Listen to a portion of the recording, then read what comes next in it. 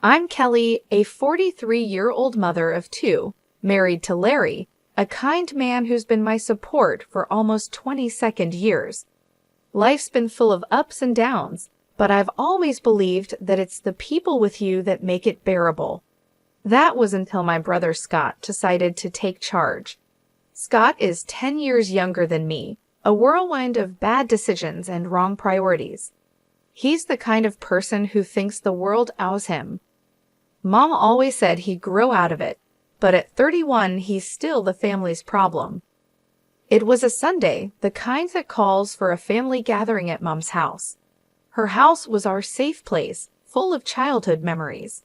As usual, Larry, the kids, and I were there, enjoying Mom's famous roast and her stories from the past. That's when Scott burst in like an unexpected storm. The door slammed against the wall, and he strutted in with a smug smile on his face. He wasn't alone.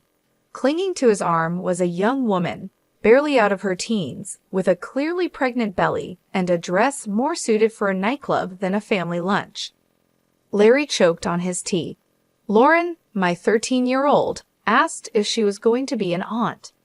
Eric, the 10-year-old, was more interested in why Aunt Olivia's dress was so shiny. Family, meet Olivia, my fiancée, Scott announced, as if he was showing off a prize. Mom's fork dropped. Fiancé, Scott, we talked about this, she said. Olivia flipped her hair and gave us a look that could spoil milk. Yeah, we're getting married, and this little guy, she patted her belly, is Scott Jr. The room was so quiet you could hear the clock ticking. Larry cleared his throat. Congratulations, Scott. That's big news, Scott smirked. We're staying here for a while, till we get our own place. Mom tried to smile, but I saw the worry in her eyes. It was like watching someone set up camp at the edge of a cliff. That night, after the kids were in bed, Larry and I talked. Kelly, your brother isn't just irresponsible. He's taking advantage of your mom. I knew he was right. Scott was a tornado, and we were all in his path. The only question was how much damage he would do before he moved on. The next few days were a blur of Scott and Olivia making themselves at home. Olivia turned the living room into her personal lounge, always putting her feet up on Mom's antique coffee table. Scott spent his days on his phone, laughing at things no one else found funny. Mom was running around, trying to keep up, making meals, cleaning up after them, and never getting a thank you. It was like watching someone slowly deflate. One evening, I found Mom alone in the kitchen, looking older than her years. Mom, you can't let them walk all over you, I said. She sighed, Kelly, he's my son, and that's my grandbaby. I can't turn them away. I wanted to scream, to tell her she was being used, but I bit my tongue. Family is complicated, and sometimes love means turning a blind eye, even when you know you shouldn't. That's how our new normal began, Scott and Olivia, the ungrateful guests, and the rest of us trying to keep the peace in a house that suddenly felt too small. Little did I know, this was just the calm before the storm. Living with Scott and Olivia turned our lives upside down. Every morning started with Olivia's loud complaints about her backache or cravings. She'd stroll into the kitchen in her pajamas, demanding breakfast like she owned the place. Kelly, make me some of those pancakes, will you? The baby's craving them, she'd say, without even a please. I'd grit my teeth, trying to keep my cool. Sure, Olivia, let me just get Lauren and Eric ready for school first. Scott was no help either. He'd be lounging on the couch, his feet up on the coffee table, glued to his laptop or gaming. Hey, when's breakfast? He'd yell, not even bothering to look up. Mom tried to play peacemaker. Kelly, they're just young. Remember how we were? I wasn't having it. Mom, we never acted like entitled brats, but she'd just wave me off, scurrying to wait on them hand and foot. Things got worse as Olivia's due date approached. She'd leave a trail of mess wherever she went, dishes piled up, laundry forgotten, and there she'd be, on the phone gossiping for hours. One day, I snapped. I found her in the living room, her feet once again on the coffee table, talking loudly to a friend. And then I told Scott, we need a new car, something safe for the baby, you know? I marched in. Olivia, this isn't a hotel. You can't expect everyone to clean up after you. She rolled her eyes. Chill, Kelly, I'm pregnant, remember. Scott finally spoke up. Kelly, lay off her. Can't you see she's carrying my kid?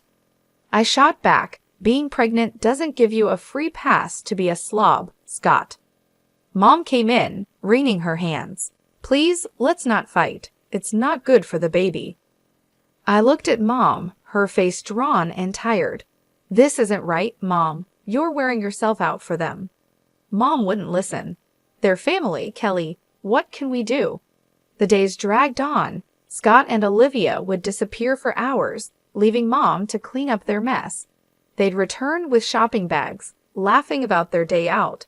One evening, I heard them planning a lavish wedding. We need the best babe. It's our day, Scott said, his arm around Olivia. Olivia giggled. Of course, and your mom can help with the expenses, right? I couldn't believe my ears. I confronted them. You're planning a wedding you can't afford and expecting Mom to pay for it. Scott shrugged. Why not? She's got the money. I was livid. You can't keep using Mom like your personal ATM, Scott. My words fell on deaf ears. They just laughed and continued their planning, leaving me fuming. Life in Mom's house had gone from bad to unbearable. Olivia had given birth to a baby boy, Jerry. You'd think that would slow them down, but no. It only gave them more excuses. One morning, I walked into the kitchen to find Mom washing a mountain of dishes. Olivia was sprawled on the sofa, cooing at Jerry, while Scott played some game on his phone. Morning, Mom. Why are you doing all these dishes? I asked, trying to keep my voice steady. Mom just sighed. Olivia needs to rest, and Scott's busy. I glanced at Olivia. Busy doing what? Olivia, you can't just leave everything to Mom. Olivia shot me a look. I just had a baby, Kelly. I'm not supposed to stress myself. Scott didn't even look up. Yeah, Kelly, back off. You don't know how hard it is. I couldn't believe it. Hard? You call sitting on your butt all day hard? Mom tried to calm things down. It's okay, Kelly. I don't mind. But I was past caring. No, it's not okay. You're not their servant. It was like talking to a wall. Scott and Olivia just didn't care. They'd leave the house for hours, leaving Mom to take care of Jerry. They'd come back with bags of clothes and gadgets, bragging about their great deals. One day, I found a receipt on the table for a designer dress for Olivia. It cost more than what most people make in a week. I confronted them. Scott, where did you get the money for this? And why is Mom paying for your lifestyle? Scott shrugged, not bothered. She's our mom, Kelly. She wants to help. I was furious. Help? You're bleeding her dry. Olivia smirked and chimed in. If she's willing, why not? Besides, what's it to you? I couldn't take it anymore. I had to talk to Mom alone. Mom, you can't keep giving them money. They're using you. Mom just shook her head. I can't abandon them, Kelly, especially not Jerry. I tried to reason with her, but they're not even trying to be responsible. Scott's not looking for a job, and Olivia's just spending your money like water. Mom looked away, her voice barely a whisper. I know, Kelly, but they're my children. I have to help them. I felt helpless, watching my family fall apart. Scott and Olivia were like leeches, draining everything and giving nothing back, and Mom, bless her heart, was too kind to see it. I didn't know how much more I could take. The breaking point was near, and I feared what would happen when we finally reached it. Things took a turn for the worse when Mom suddenly fell ill. It happened so fast. One day she was her usual self, and the next she was bedridden, looking frail and weak. I was at her bedside, holding her hand. Mom, you're going to get through this, I whispered, trying to sound more hopeful than I felt. She gave me a tired smile. I'm just worn out, Kelly. I've lived a good life. Scott and Olivia were nowhere to be seen, probably out spending more of Mom's money. I couldn't hide my anger anymore. Where are they, Mom? Why aren't they here helping? Mom's eyes were sad. They have their own lives, Kelly. Don't be too hard on them. But I couldn't let it go. Their own lives? They're living off you, Mom, and now when you need them the most, they're absent. Mom just sighed. It broke my heart to see her like this, defeated and alone. Then the inevitable happened. Mom passed away quietly one night, with me by her side. Scott and Olivia were out, probably having the time of their lives, oblivious to the tragedy unfolding at home. The funeral was a blur. I remember seeing Scott and Olivia arrive at the funeral looking like they were going to a party instead of mourning a loss. Olivia's dress was too short and flashy even for a funeral. People were whispering, and Larry squeezed my hand, trying to comfort me. After the service, Scott pulled me aside. Kelly, we need to talk about Mom's will. I was still in shock from losing Mom. Now? Can't this wait, Scott? He was insistent. No, it can't. I know she left the house to me. We need to sort this out. I couldn't believe his audacity. Scott, Mom just died. Can't you show a little respect? But Scott was relentless. This is important, Kelly. I'm her son. I deserve it. The day after the funeral, I went to Mom's house to start sorting through her things. When I got there, Olivia answered the door with a smug look. What do you want, Kelly? She sneered. I was taken aback. I came to collect some of Mom's things. Olivia laughed, a cold, harsh sound. Oh, you didn't hear. This is our house now. Scott got everything. Scott appeared behind her, grinning. Yeah, Kelly, Mom changed her will. The house, the money, it's all mine. I felt a surge of anger and disbelief. You're lying. Mom would never do that. Scott shrugged. Believe what you want, but the will is clear. This is my house now. I stood there on the doorstep of the house I grew up in, feeling like a stranger. The realization hit me hard. Not only had I lost my mother, but now I was losing my childhood home to my greedy brother and his manipulative wife. As I walked away, I knew this wasn't the end. I had to fight back for Mom, for my family, and for what was right. But little did I know, the battle ahead would be tougher than anything I'd faced before. I was a bundle of nerves as I walked into the notary's office. The whole situation felt like a bad dream. Losing Mom was hard enough, but fighting with Scott over her will was something I never imagined. The notary, Mr. Richard, was an old family friend. He looked up as I entered, his face somber. Kelly, I'm sorry for your loss. Let's get straight to the matter at hand. I nodded, trying to steady my voice. Mr. Richard, Scott says Mom left everything to him. That can't be true. Mr. Richard shuffled some papers. Well, let's see what the will says. Scott and Olivia walked in just then, all smugness and arrogance. Olivia gave me a triumphant smirk. Ready to lose, Kelly? I ignored her and focused on Mr. Richard. He cleared his throat and began reading the will. My heart was pounding in my chest. And to my son Scott, I leave. I braced myself for the worst. The sum of $4,000. Scott's face fell. What? That's it. Mr. Richard continued, and to my daughter Kelly, I leave the family home and the remainder of my estate. I couldn't believe it. Relief and disbelief washed over me. Olivia was furious. That's impossible. She promised us the house. Mr. Richard looked at them sternly. There's more. It appears your mother made this last will a month ago, after expressing concerns about undue pressure from certain family members. Scott was red with anger. She wanted me to have the house. I couldn't help but feel a sense of justice. Mom knew what you were doing, Scott. She knew you were using her. Scott turned to me, his eyes blazing. You did this. You turned her against me. Olivia chimed in, her voice shrill. We'll contest this. We'll get a lawyer. Mr. Richard raised an eyebrow. You're free to do so, but be aware if it's found that there was any coercion involved in the previous will. There could be legal consequences. Scott and Olivia looked at each other. their confidence wavering. I stood up, feeling stronger than I had in months. Mom saw through your greed. She made sure her last wishes were respected. Scott stormed out, cursing under his breath, with Olivia trailing behind him. I stayed back, thanking Mr. Richard. As I left the office, I felt a mix of emotions. Sadness for losing Mom, relief that her last wishes were honored, and a lingering anger at Scott and Olivia's audacity. It was a regular afternoon when Scott stormed into the house, his face red with anger and disbelief. $200,000 for you, and just a measly $4,000 for me? How is that fair, Kelly? I was sorting through some of Mom's papers, but his outburst made me pause.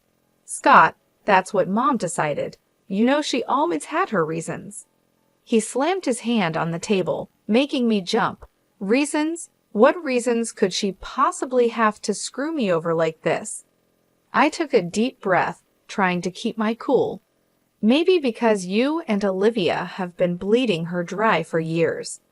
Scott's face contorted with rage. That's not fair. We deserve that money. That's when I found it, tucked away in a drawer, a letter from Mom. Her handwriting was unmistakable. I pulled it out and started reading.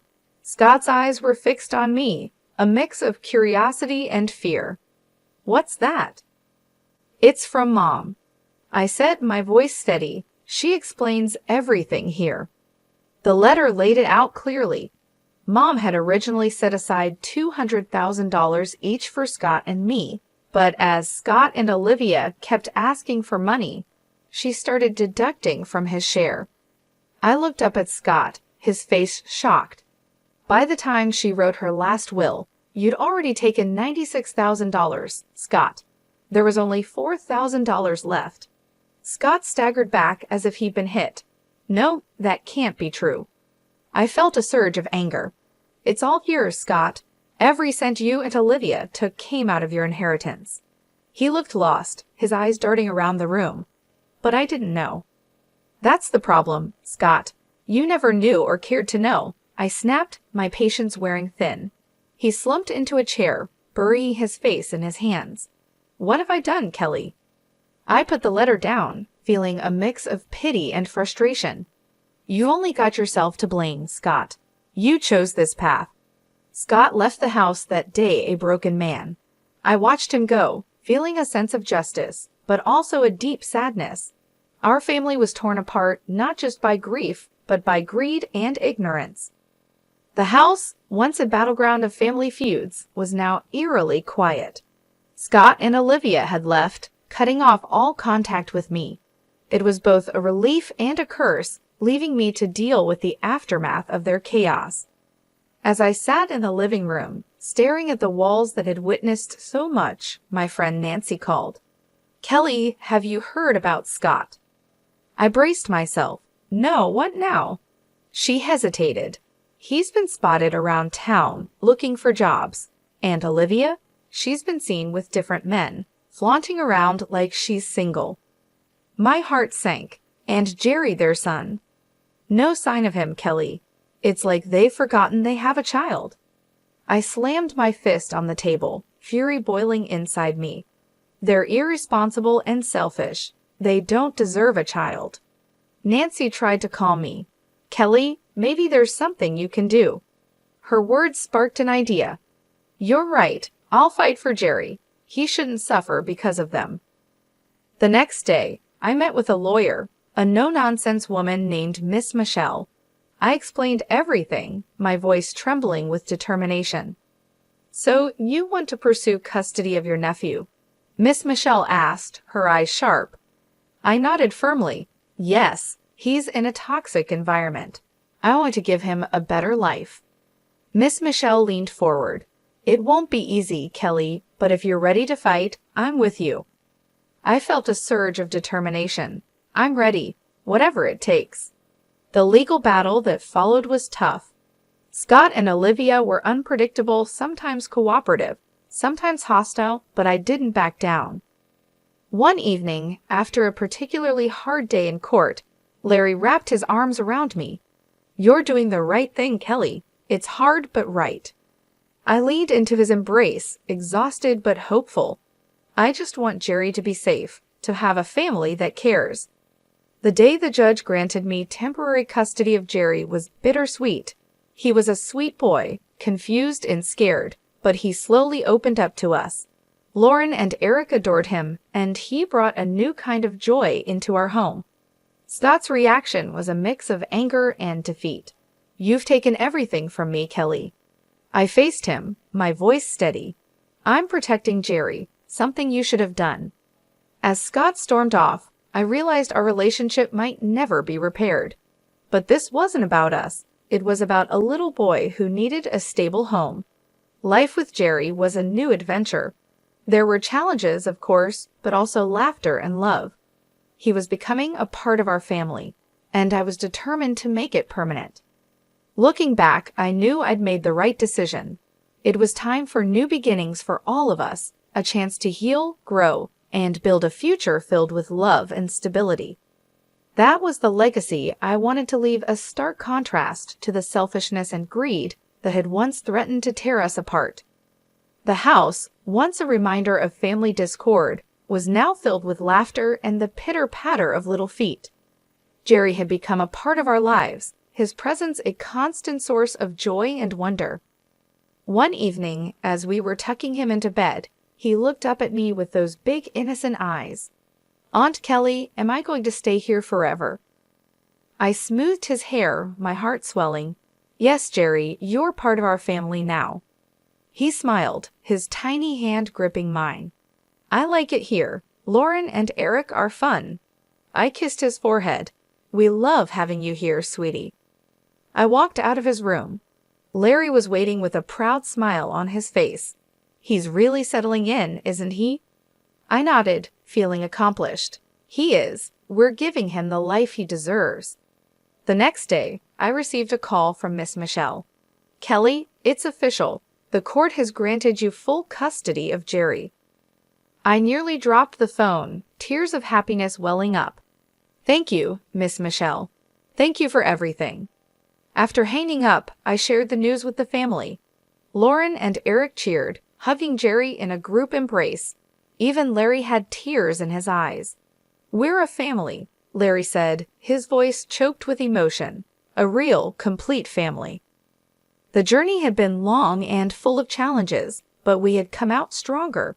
I thought about Scott and Olivia, wherever they were. I hoped they would find their way, but my focus was now on the children, our family. In the months that followed, Jerry blossomed. He was no longer the timid boy we first met. He was confident, happy, and loved. One day, while we were all in the garden, Jerry came running up to me with a dandelion in his hand. "Look, Aunt Kelly, I made a wish." I crouched down to his level. "And what did you wish for?" He grinned, his eyes sparkling.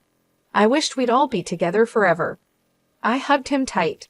"That's the best wish, Jerry, and it's come true." As I looked around at my family, I felt a deep sense of peace. We had weathered the storm and emerged stronger.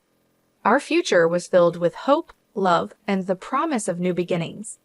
This was our story, a testament to the strength of family and the power of love. It was a future of hope, and we were ready to embrace it with open arms.